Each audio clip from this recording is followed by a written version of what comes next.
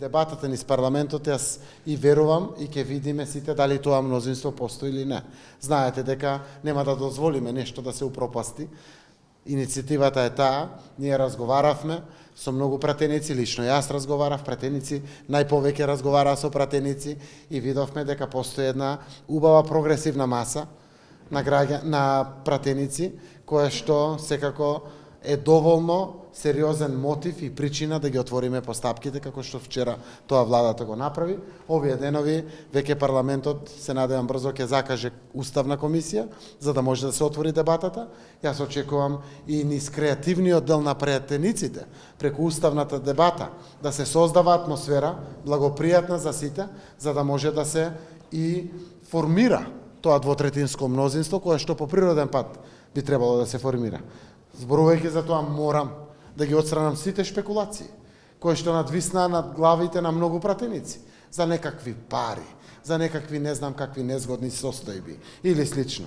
Реков уште од првиот момент, ова мора да оди во благопријатна атмосфера, во атмосфера на понесување на одговорност и одлучност за едината на Македонија. Ако сме на вистина за НАТО и за ЕУ, еве сега институциите, низ парламентот ќе треба тоа да го направат. Владата вчера тоа го направи. Е за НАТО и за ЕУ. Сега е парламентот наред. Граѓаните го направија на референдум со преку 91% од оние што одлучија на консултативен референдум да дадат патокас на Македонија. Сега се пратениците наред.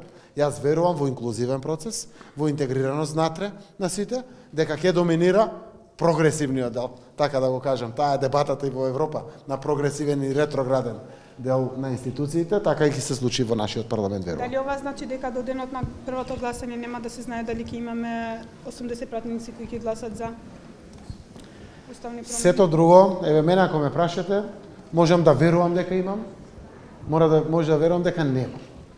Можам да верувам дека имаме или дека немаме, но на крајот тоа треба да го провериме, така, треба да се потврди. Јас верувам дека тоа се повеќе и повеќе ќе биде изразено. До сега е само доволна причина да веруваме дека има и влеговме. На комисиите и дебатата, тоа уште повеќе ќе биде видливо, веројатно, дали има или нема. Значи, се повеќе и повеќе ќе биде видливо. И на крајот ќе биде на актот на гласањето потврдено, дали постои или не. Она што мене ми е важно, сите да се носиме со сериозноста на одговорноста која што е исправена пред нас. Таа одговорност е пред се пред граѓаните, таа одговорност пред се пред државата. И таа одговорност е првата и примерна одговорност која што сите ја имаме. Јас апелирам до сите политички чинители, до сите учесници во процесот, да се носат со нивото на историската одговорност која што е исправена пред нас. Убеден сум дека низ пријатна атмосфера, низ инклузивен процес, интегрирачки процес натре во самиот парламент, ќе испратиме уште еднаш позитивна порака пред се до нашите граѓани, но и до сите пријатели, каде што сакаме да припаѓаме, тоа се земјите членки на Европската унија и НАТО, дека ние сме зрело општество кое што знае каква ни е еднината и дека практично докажува дека е навистина за НАТО и за Европската унија. Оти сето друго би било само гола флоскула, политиканство, дека сме за НАТО и за ЕУ. Еве сега моментот да докажеме дали сме за НАТО и за ЕУ. Се исцрпи, се издебатираше, се гласаше, се заврши и сега треба конкретниот чекор да го преземеме.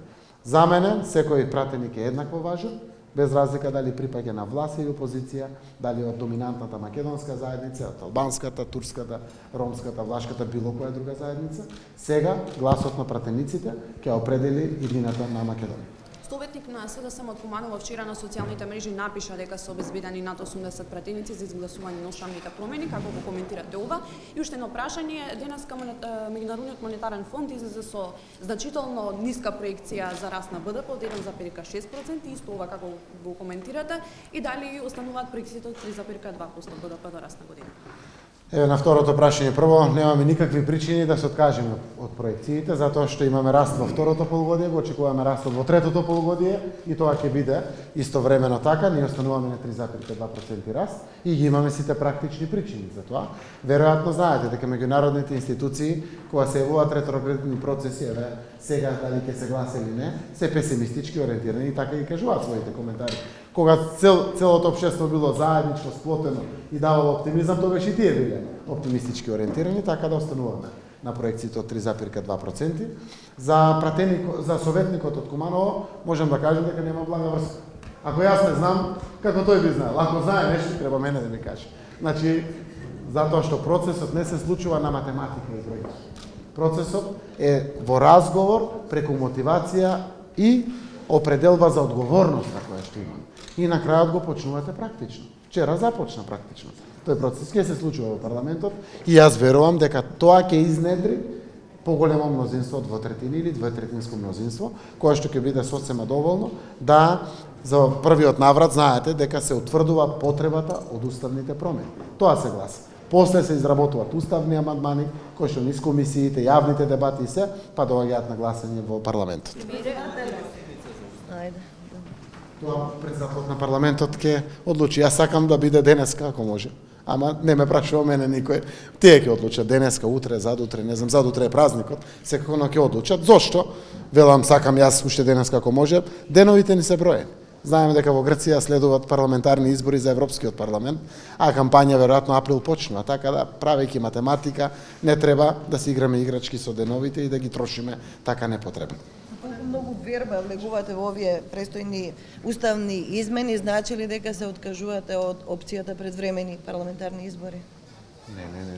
Рековме уште во самиот момент, соопштувајќи ги резултатите. Се што можеме ќе положиме надеж на парламентот. И ние правиме се. И тоа го правиме, фала Богу, во една пријателска атмосфера. Разговараме стварно со луѓето. И ќе продолжиме да го правиме. И ќе правиме се. И ќе покажеме и ќе докажеме се што знаеме и можеме. Овде да направиме заедно сите. И на крајот, ако успее, супер. Ако не успее, нека ми каже некој што. Ако има нешто друго освен избори, јас сум спремен да разговарам за тоа. Затоа што нема ништо друго освен избори, преостануваат изборите ако не успее да се обезбеди двотретинско мнозинство за гласањето на уставните промени. Така да, јас сум оптимист и сум релаксиран. Македонија го живее времето, убаво историско, каде што граѓаните има можност и право да одлучуваат. Одлучија. Сега, вчера владата одлучи, сега парламентот ќе одлучува. И тоа е убаво. Ќе го ставиме процесот, нека дише, нека се случува, нека се одвива. Назад враќање нема. Затоа што нема и алтернатива, нема друга опција. Таа опцијата, интеграција во НАТО и во Европската унија и ќе одиме во тој пат.